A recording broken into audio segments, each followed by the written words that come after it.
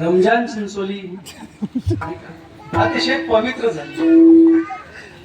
आपल्या या स्थानावर आत्माराम गिरीजी महाराजांची कृपा आहे आणि महाराजांचा आणि माझा 25 वर्षापूर्वी बायजाबाईचं जेवण या ठिकाणी ससेवाडी आहे. तिथं आठरे परिवार आहे. त्या आठरे परिवाराच्या तिथे एक वामन नावाचा एक साधक आहे. तर त्याच्या मातोश्रीच्या पुण्यस्मरणाच्या निमित्ताने आत्माराम गिरीजी महाराज अगदी नवीनच बुलेट गाडी निघली होती आणि त्या बुलेट गाडीवर ते बसले होते. आडी टाकून कीर्तन संपलं आणि लिंबाच्या झाडावर जाऊन बसले. खाली उतरले. एका दारू पिणाऱ्या माणसाने दारू पिलेली बाटली होती, त्यांनी ती फोडून त्या काचा खाल्ल्या होत्या. हा प्रसंग अगदी 25 वर्षापूर्वीच्या अगोदरचा आहे आणि एक योगायोग म्हणून मी सुद्धा तिथं होतो. असे आत्माराम गिरीजी महाराज आहेत आणि योगायोग आहे.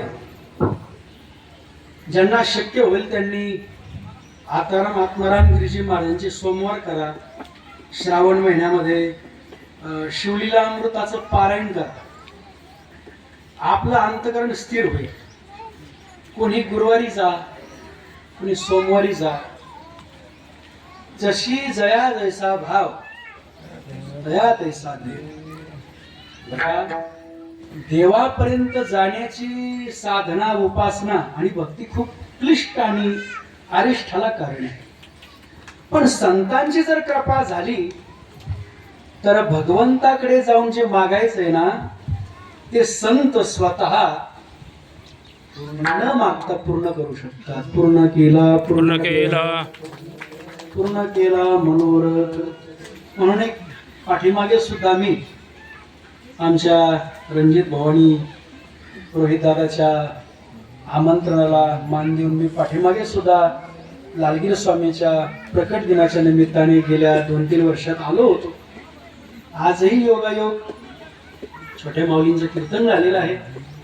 परंतु मला असं वाटतं की आत्माराम महाराजांनाच वाटलेलं असावं की रामकृष्ण महाराजांनी इथं यावं, अशी लालगिरी स्वामीची आणि आत्माराम गिरी स्वामींची इच्छा असायला पाहिजे. कारण त्यांच्या इच्छेशिवाय मला या ठिकाणी येता आलं नाही आणि त्यांची कृपा झाली म्हणून तुमचं सर्वांचं दर्शन झालं. नेहमी त्या चरणाजवळ राहा. मनामध्ये काही ठेवू नका. आपलं मन स्वच्छ ठेवा आणि 3 गोष्टी करा. नेहमी भक्ती करत असताना मुक व्हा. ज्ञान प्राप्त केलं ना बहिर व्हा. आणि वैराग्य प्राप्त केलं ना आंधळ व्हा. अशी जर साधना तुमच्या जीवनामध्ये घडली ना तर धन्य जगी तोची एक आदि अंत सांभाळी. लक्षात ठेवा. धन्य जगी तोची एक आदि अंत सांभाळी. आदि अंत सांभाळता आला पाहिजे. जो भीष्माचार्याने सांभाळला, जो शुक्राचार्याने सांभाळला, जो कृपाचार्याने सांभाळला, तसं आपल्याही जीवनामध्ये कृपा व्हावी. असं जीवन आपलं जगा. गळ्यामध्ये माळ घाला पण जगाची माळ लावू नका. आलं लक्षात. अंतकरणामध्ये माळ ठेवा. ज्ञानदेव मौन धरोणी श्री हरी ज्ञानदेवा ध्यानी रामकृष्ण माळा हृदयी जिव्हाळा श्रीमूर्ती. आपलं हृदय पवित्र ठेवा, भगवंताची कृपा होईल. 2030 पर्यंत काय होईल सांगता येत नाही. 2030 पाहू आपण, पण कसं गुजरेल हे माहित नाही. आलं का लक्षामध्ये? घराचा उकांडा झालाय, मंदिराचे रोड झाले, माणसाचे बैल झाले. आलं का लक्षामध्ये? झाडाचे माडुग झाले,